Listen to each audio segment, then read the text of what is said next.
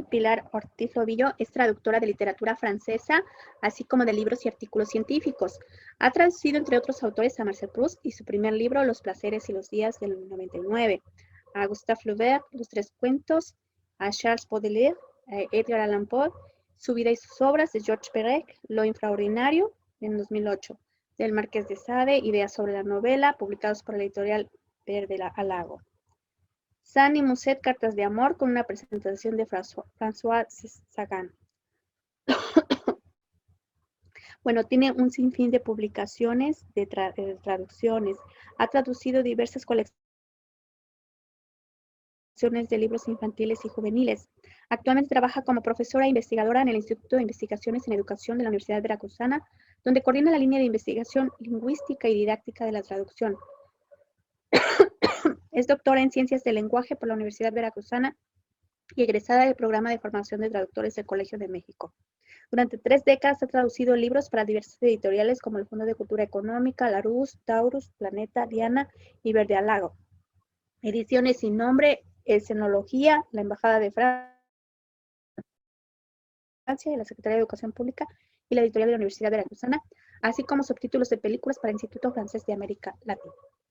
Ha traducido más de 200 libros y ha publicado artículos en revistas nacionales e internacionales. Ha impartido conferencias sobre traducción en México y en el extranjero, y en la Universidad Veracruzana fundó y es líder del cuerpo académico Lingüística y Traducción. Imparte diversos cursos sobre traducción literaria y didáctica de la traducción para estudiantes y profesores, y coordinó durante 10 meses el diplomado en estudios de traducción e interpretación, en el que impartió el módulo de traducción literaria. Dirige tesis sobre traducción y realiza investigaciones sobre traducción literaria y didáctica de la traducción, y obtuvo el Premio Italia Moraita en 2017 por su trayectoria en traducción. Así que recibamos con un fuerte aplauso, por favor, a la doctora Pilar Ortiz. Ella nos presenta la vocación de traducir. Bienvenida, doctora Pilar. Adelante. Muchísimas gracias. Muchas gracias a la doctora Edith Hernández y a todos los que contribuyeron a que fuera posible este evento. Me da mucho gusto compartir este espacio con colegas tan queridas.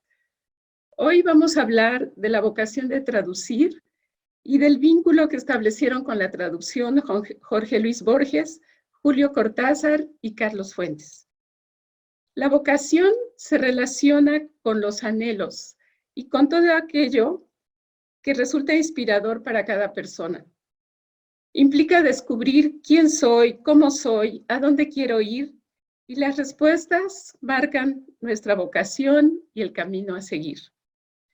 Si me preguntaran si mi vocación es traducir, diría que sí.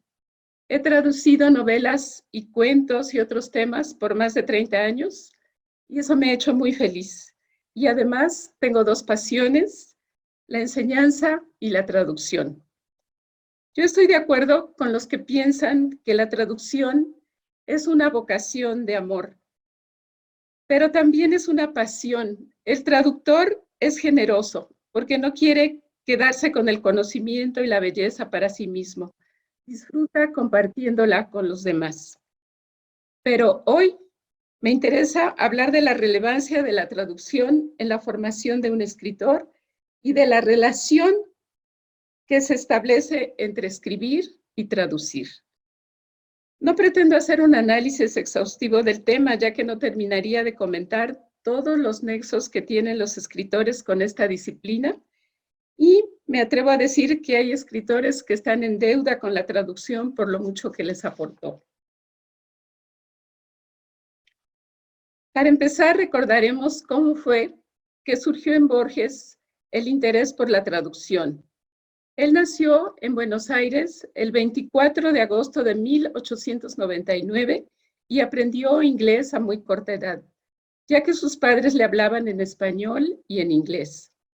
Inició su labor de traductor a los 9 años con El Príncipe Feliz de Oscar Wilde y siguió traduciendo, a veces en colaboración, hasta los 84 años, que publicó algunas fábulas de Stevenson.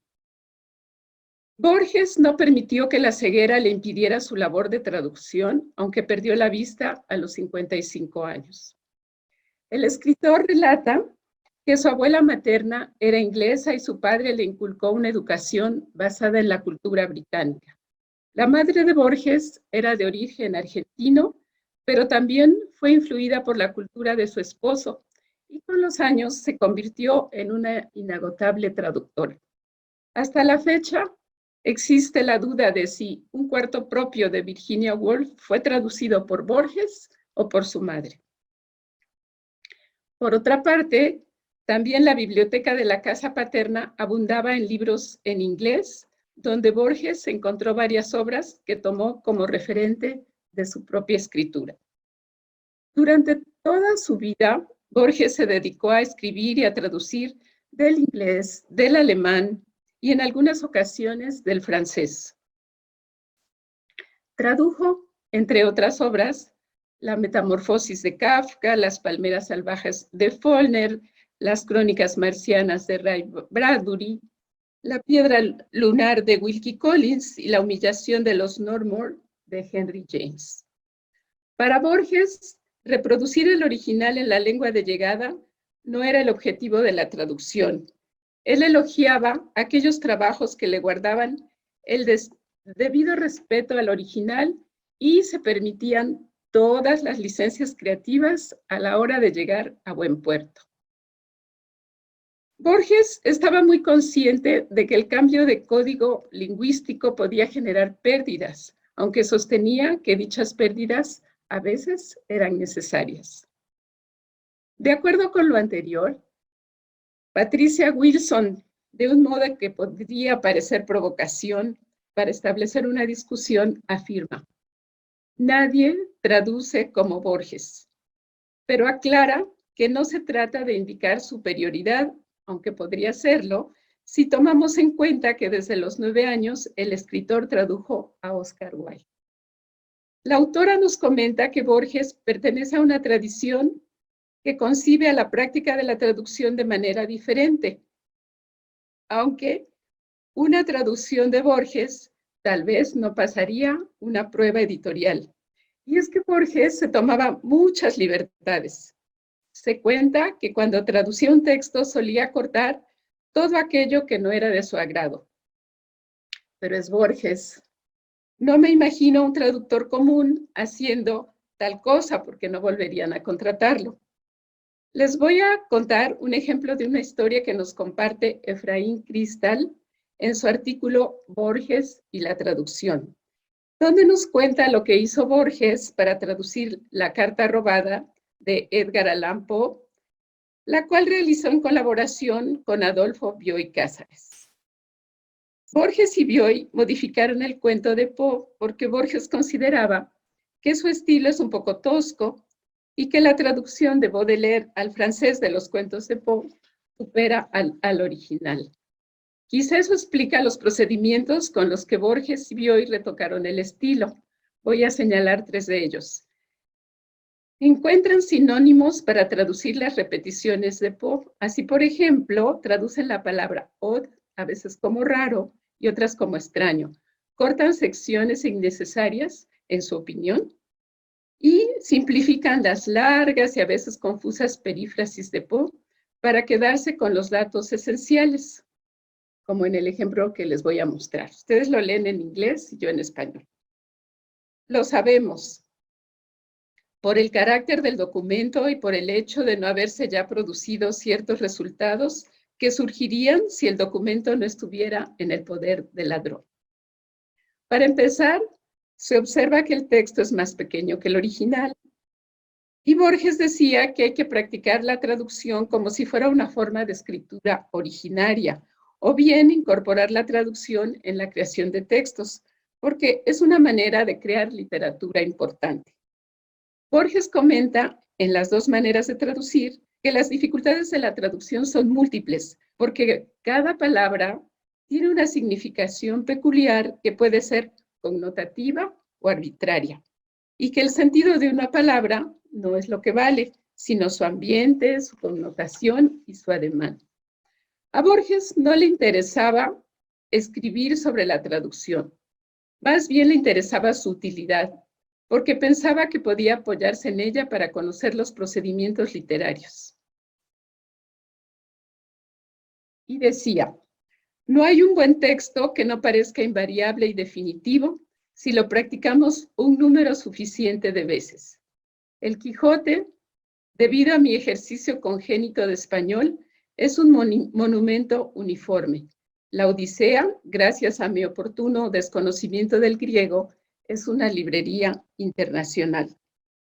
Decía que es una librería internacional y es porque esta misma idea se encuentra en las versiones homéricas, donde el argentino señala que nunca leemos a los clásicos por primera vez, sino a través de la suma de interpretaciones que se han hecho de ellos y que la idea de texto definitivo no corresponde sino a la religión o al cansancio. Si yo les preguntara si han leído a Madame Bovary, es probable que me dijeran que sí, pero en realidad no leyeron a Flaubert, sino leyeron la versión del traductor que tengan en las manos. Borges comenta que la traducción no es solamente una ventana privilegiada para la labor literaria, es quizá la única.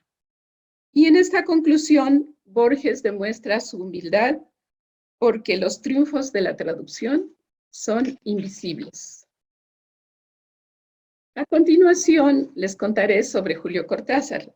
Hay una frase que me fascina de Cortázar: soy un traductor metido a escritor. Y es que Cortázar nunca negó que su trabajo de escritor le debiera tanto a su ejercicio como traductor. No olvidemos que al inicio de su carrera, Cortázar fue traductor en la UNESCO. Y en esta frase, el argentino deja entrever cómo su labor de traductor precede a la de escritor. Y la misma idea se aprecia en un fragmento de Conversaciones con Cortázar, cuando el argentino le confiesa en una entrevista a Ernesto González que traducir contribuyó a su escritura. Dice: pienso que lo que me ayudó también fue el aprendizaje muy temprano de lenguas extranjeras y el hecho de que la traducción desde un comienzo me fascinó. Si yo no fuera escritor, sería un traductor. Y más adelante, en la misma entrevista, el autor comenta: yo le aconsejaría a cualquier escritor joven que tiene dificultades de escritura, si fuese amigo de dar consejos, que deje de escribir un tiempo por su cuenta y que haga traducciones, que traduzca buena literatura, y un día se va a dar cuenta que puede escribir con una soltura que no tenía antes. Y ahora quiero comentarles las palabras de Aurora Lausardo en El escritor y su doble, Cortázar traductor. Ella explica: solo un genio de la escritura como Cortázar podía traducir ese universo polisémico donde cada nombre significa algo o no significa nada, o significa una cosa y otra también. Y nos proporciona un magnífico ejemplo de un cuento donde se narra la historia del director de un periódico al que llaman señor Cabezudo, que siempre escribe palabras con O. La autora del artículo afirma que Cortázar traduce de forma genial el párrafo siguiente, al incluir tantas OEs en la traducción como OEs tiene el original. Lean en inglés y yo le leo en español. Oh, John. Oh, tonto, ¿cómo no te tomo en cono, lomo de plomo? Ve a Concord, John, antes de todo. Vuelve pronto, gran mono romo. Oh, eres un sollo, un oso, un topo, un lobo, un pollo. No, un mozo no, tonto goloso, goloso sordo. Te odio, John. Ya oigo tu coro loco. ¿Somos bobos nosotros? Tordo rojo, pon el hombro y ve a Concord en otoño con los colonos. Como se puede ver, Cortázar, así como Borges, se toma licencias creativas al traducir, con la intención de respetar el original con el que trabaja. Asimismo, respeta la forma y el ritmo del texto de partida.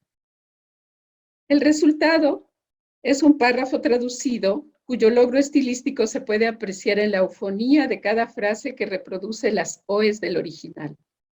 También se puede observar que la traducción de Cortázar guarda un parentesco de ritmo en cuanto a la longitud de los sintagmas del original Y por último, se puede apreciar que si bien el significado de cada una de las palabras no fue traducido de manera literal, el párrafo del argentino conserva la noción de insulto lúdico que hay en el párrafo de partida.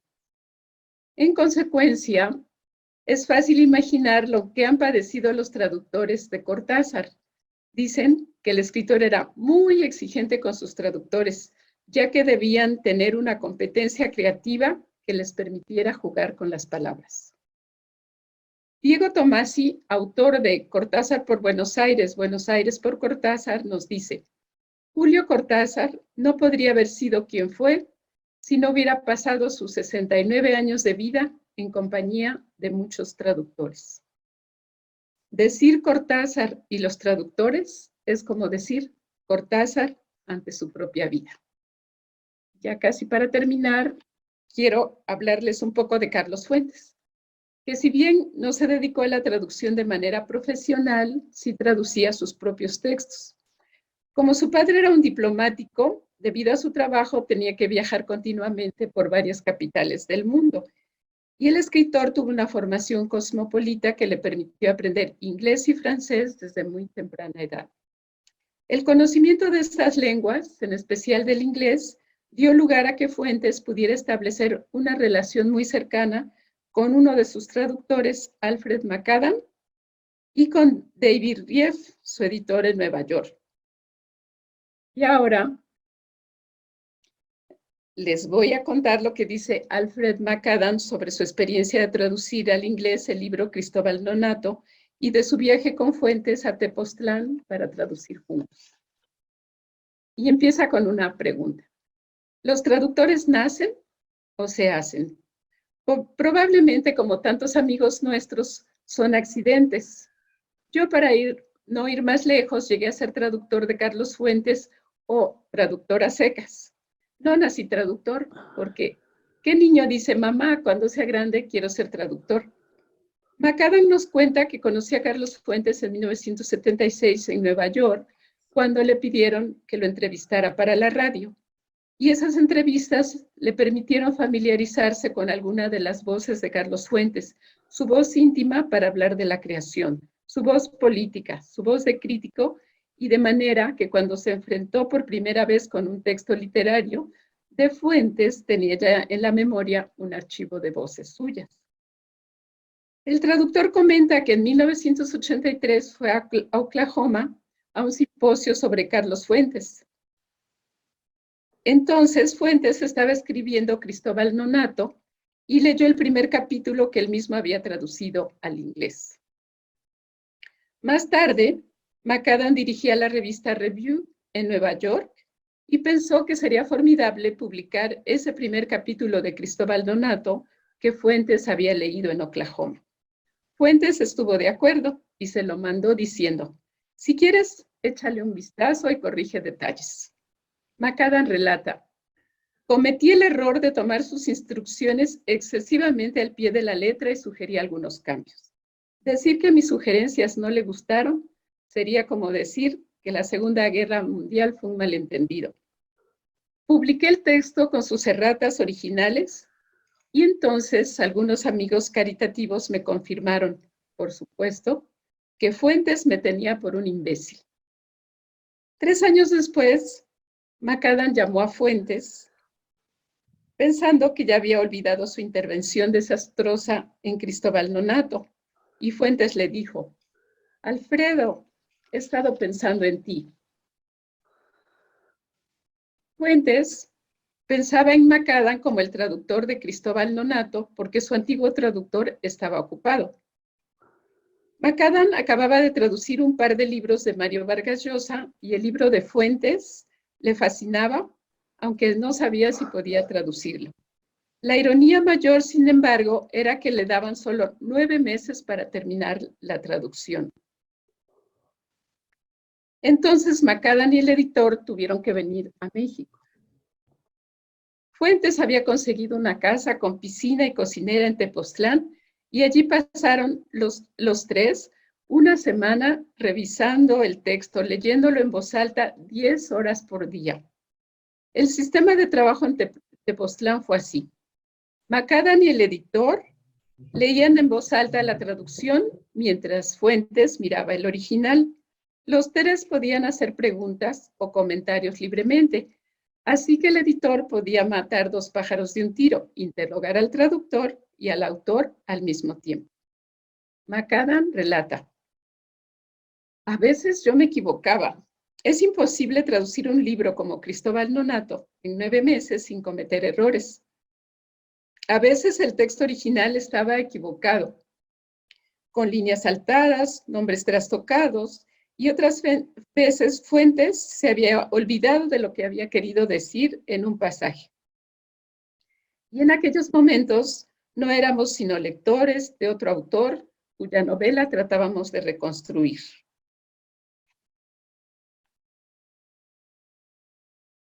De esta manera, Fuentes tuvo que sopesar las distintas posibilidades de traducción de su novela, negociar sus opiniones con las de su traductor y al mismo tiempo reescribir fragmentos de Cristóbal Nonato en inglés, respetando las decisiones de Riev, su editor. Céline Sins es la traductora de Carlos Fuentes al francés. Aquí podemos ver algunos títulos que ella tradujo, como Inquieta compañía, Las dos orillas, El de dos reyes, Instinto de Inés, Los años con Laura Díaz, El hijo del conquistador, La frontera de cristal, Diana o la causadora solitaria, Geografía de la novela, El naranjo, Cristóbal Nonato, Constancia y otras historias para vírgenes, Gringo viejo, Terra Nostra, Orquídeas a la luz de la luna, etc. El título que más me llamó la atención fue el de Cristóbal Nonato, que Céline Sins lo traduce como Christophe et son œuf, que si lo retraducimos al español es como Cristóbal y su huevo, y a mí me parecía muy raro, y le comenté con una amiga escritora, y me dice, pues claro, porque el nonato es un huevo, el nonato aquí lo vemos, ¿no? Es el no nacido. Entonces, por eso, ella tradujo así al francés. Para nosotros nos parece extraño, pero también pienso que quizá la traductora buscó durante horas otro título, pero el editor decidió que se fuera el título en francés, y en ese caso el traductor no puede hacer nada porque firma un contrato y el editor es el que decide lo que hay que hacer.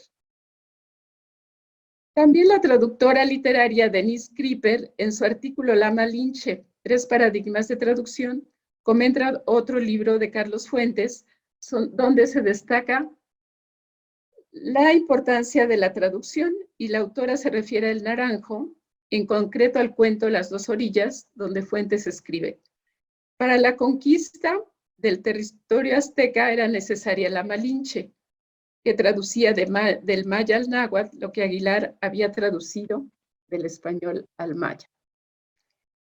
Y Krieper comenta, con 2 protagonistas traductores, entonces la narración de Fuentes vuelve sobre temas inherentes a cualquier discusión sobre traducción: la infidelidad, la hibridez, las fronteras, las orillas y demás. Es interesante, sin embargo, porque desplaza de alguna manera a la Malinche de su lugar de traidora y vendida, para pasar el foco a Jerónimo de Aguilar, representado como una figura híbrida, traidora, como un infiltrado.